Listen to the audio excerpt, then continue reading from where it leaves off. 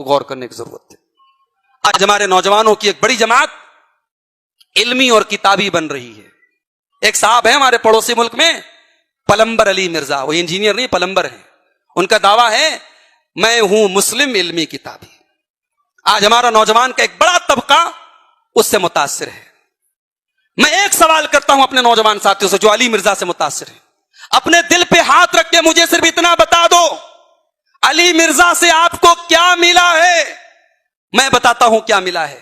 علی مرزا کو سننے والے حضرت معاویہ کے بارے میں آج بدتمیزی کر رہے ہیں, حضرت عمرو بن عاص کے بارے میں بدتمیزی کر رہے ہیں, کھلم کھلا بنو امیہ کو گالیاں دے رہے ہیں. بنو امیہ کون ہے پتا ہے آپ کو؟ یہ بنو امیہ کا وہ خاندان ہے جس خاندان میں نبی نے اپنی 3 بیٹیاں دی ہیں. آج علی مرزا کی زبان ہے, وہ کہتا ہے بنو امیہ کی چالاکیاں اور چالیں جہاں ختم ہوتی ہے وہاں سے میری چال شروع ہوتی ہے. یہ اس کے الفاظ ہیں اور ہمارا نوجوان اس کو اپنا آئیڈیل مان رہا ہے. جس شخص کی علمی اوقات اتنی نہیں ہے کہ وہ حدیث کی کسی کتاب کا ایک صفحہ بھی بغیر زیر زبر لگا بغیر اعراب کا, وہ چیلنج کے ساتھ کہتا ہوں, میں تو ایک طالب علم ہوں, ہمارے بہت سارے علماء پڑھے ہوئے ہیں, میں ایک طالب علم کی حیثیت سے کہہ رہا ہوں, علی مرزا صاحب کی اتنی اوقات نہیں ہے کہ وہ ہمارے مدرسوں میں جو حدیث کی کتاب پڑھائی جاتی ہے, حدیث کی کسی بھی کتاب کا ایک صفحہ جس پر زیر زبر نہیں لگا رہتا ہے, اعراب نہیں لگا رہتا ہے, اس ایک صفحے کو وہ صحیح پڑھ سکے, یہ ان کی علمی اوقات ہے. قرآن کی آیتیں یہ شخص صراحتاً غلط پڑھتا ہے اور اس کے بعد یہ دعویٰ کرتا ہے کہ جناب میں نہ بابی ہوں, میں نہ وہابی ہوں, میں ہوں مسلم علمی کتابی. اگر علی مرزا جس منہج پر ہے, اگر وہ منہج صحیح ہے تو مجھے ایک سوال کا جواب دو.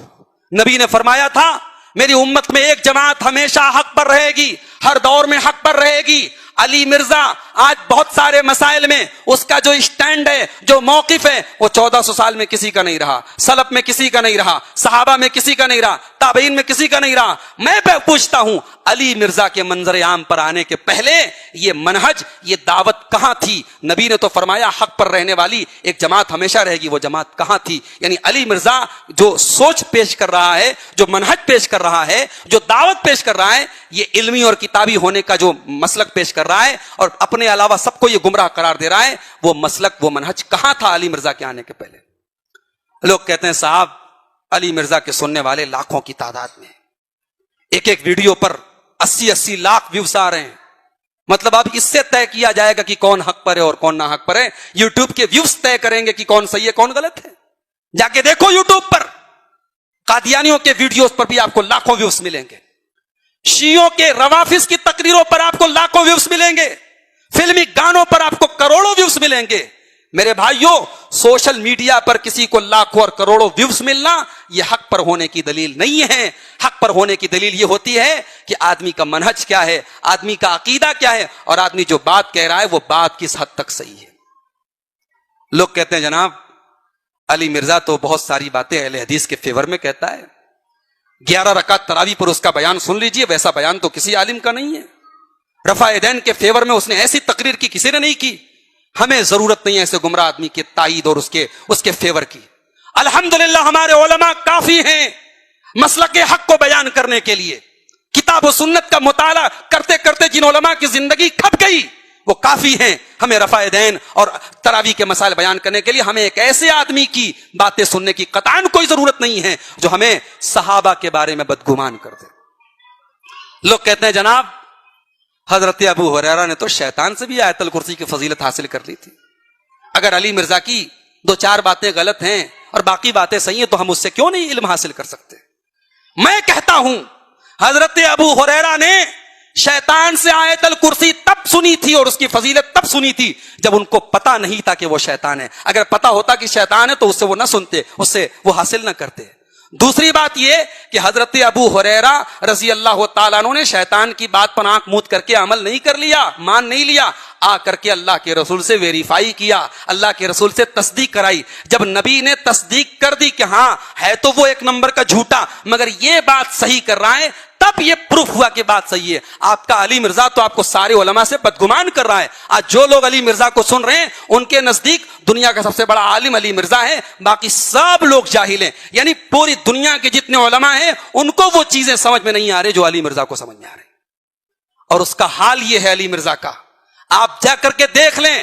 میں دعوے کے ساتھ کہتا ہوں, آن ریکارڈ یہ بات کہہ رہا ہوں کہ آج علی مرزا کو پروموٹ کرنے والے حضرات روافض ہیں.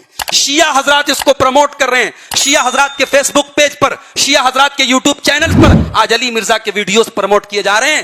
ظاہر ہے جب آدمی ایسی باتیں کہے گا کہ شیعہ بھی مجھ سے خوش ہو جائیں, دیوبندی بھی مجھ سے خوش ہو جائیں, بریلوی بھی مجھ سے خوش ہو جائیں, اہل حدیث بھی مجھ سے خوش, سارے لوگ مجھ سے خوش ہو جائیں اور سب اپنے اپنے علماء سے بدگمان ہو جائیں, تو ظاہر اس کی پاپولیرٹی بڑھے گی. اور ویسے بھی عربی میں کہاوت ہے, کل جدید لذیذ, ہر نئی چیز میں ٹیسٹ ہوتا ہے, ہر یونک چیز جو ہوتی ہے نا اس کے اندر ایک اٹریکشن ہوتا ہے. اب علی مرزا ظاہر ہے وہ بات بتا رہا ہے جو آج تک آپ کو کسی نے نہیں بتائی. اب بھئی کسی کی اتنی جرت تو نہیں ہے وہ حضرت معاویہ کو نعوذ باللہ باغی اور جہنمی قرار دے, یہ ایک عالم دین تو نہیں کر سکتا ہے. بڑے بڑے علماء جن مسائل میں بولنے سے کہ پہلے 1000 بار سوچتے ہیں, یہ 2% کا آدمی جس کی علمی حیثیت اتنی بھی نہیں کہ قرآن کی آیتیں ڈھنگ سے پڑھ سکے, یہ آدمی کہتا ہے میرا یہ کہنا ہے, میرا یہ موقف ہے, میں یہ کہتا ہوں. ارے تو ہے کون؟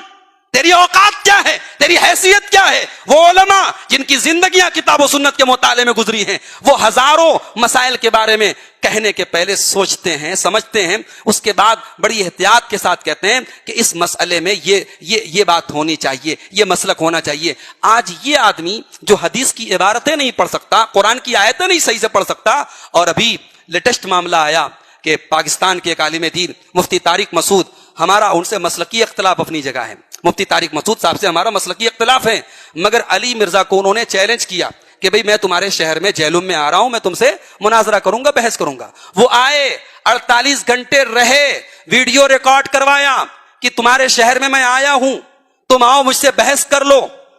علی مرزا صاحب کو کوئی توفیق نہیں ہوئی کہ وہ یوٹیوب پر کوئی ویڈیو ڈال دیں, کوئی بات کر سکیں. جب وہ صاحب کراچی چلے گئے واپس, تب علی مرزا صاحب نے اپنا ویڈیو ڈالا اور کہا کہ مفتی طارق صاحب جھوٹ بول رہے ہیں. انہوں نے کہا 20-22 گھنٹے کا سفر ہوتا ہے, وہ تو 2 گھنٹے میں فلائٹ سے آگے. بھئی یہ مدعا ہی نہیں ہے وہ فلائٹ سے آئے کہ پیدل آئے, مدعا یہ ہے انہوں نے تجھ کو چیلنج کیا, تو ان کے سامنے کیوں نہیں بیٹھا؟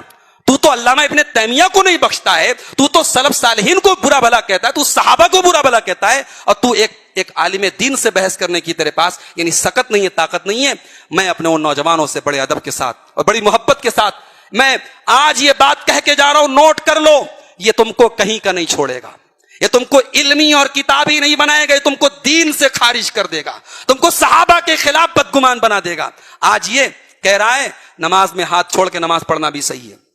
ابھی آج ایک ویڈیو آیا اس کا, وہ کہہ رہا ہے کہ حضرت علی کی خلافت یعنی اتنی ڈیموکریٹک تھی, اتنی صحیح تھی, اتنی پہلے خلیفہ کی خلافت بھی صحیح نہیں تھی. یہ کس کی زبان بول رہا ہے بھائی؟ یہ کھلم کھلا شیعوں کی زبان بول رہا ہے. یہ آپ کو اس ٹریک پر لے کے جا رہا ہے جسے امت 1400 سال سے گمراہ قرار دے رہی ہے. تو میرے بھائیوں, یہ والدین کی بھی ذمہ داری ہے, وہ دیکھیں. اور یہ بہانہ بتانا بیان کرنا چھوڑ دیجئے کہ ہم علی مرزا کی تقریر سنیں گے, جو صحیح بات ہوگی وہ لے لیں گے, جو غلط بات ہوگی وہ چھوڑ دیں گے. یہ ڈیسائیڈ کون کرے گا کیا صحیح ہے کیا غلط ہے؟ آپ کے اندر اتنی حیثیت کہاں ہے کہ آپ طے کریں گے کون سی بات صحیح ہے کون سی بات غلط ہے؟ آج کی بزی لائف میں کسی کے پاس اتنا ٹائم نہیں ہے کہ وہ ٹیسٹ کر سکے, وہ جانچ کر سکے کیا صحیح ہے کیا غلط ہے. لہٰذا نجات اسی میں ہے, نجات اسی میں ہے. آپ صحیح علماء کے ساتھ جڑیے, علماء حق کے ساتھ جڑیے, علماء ربانی کے ساتھ جڑیے. اللہ نے قرآن میں کہا فَاسْأَلُوا أَهْلَ الذِّكْرِ إِن كُنتُمْ لَا تَعْلَمُونَ, اگر کوئی بات تمہیں پتہ نہیں ہے تو علماء سے پوچھو. اللہ نے یہ نہیں کہا کہ کتاب پڑھو, اللہ نے یہ نہیں کہا ڈائریکٹ علمی بن جاؤ, کتابی بن جاؤ. اللہ نے کہا علماء سے پوچھو. اللہ کہہ رہا ہے علماء سے جڑو, اور علی مرزا کہہ رہا ہے کہ علماء جتنے ہیں سب اپنے بابوں کی طرف بلاتے ہیں, میں علم کی طرف بلاتا ہوں. یہ بات کافی ہے اس کی گمراہی کو بیان کرنے کے.